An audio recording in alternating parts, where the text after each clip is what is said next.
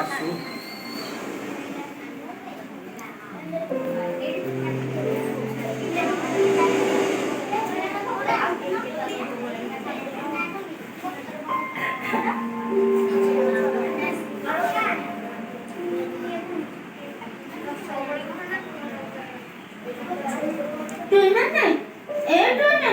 ଆଜି ମୋର ପିଠା ଖାଇବାକୁ ଭାରି ଇଚ୍ଛା ହଉଛି। ବାପା ବୋଉ ତ ଘରେ ନାହାନ୍ତି, କଣ କରିବା? ପିଠା ଖାଇବୁ ତ? ହଉ, ହେଲେ କି ପିଠା ଖାଇବୁ? ଚକୁଳି ପିଠା।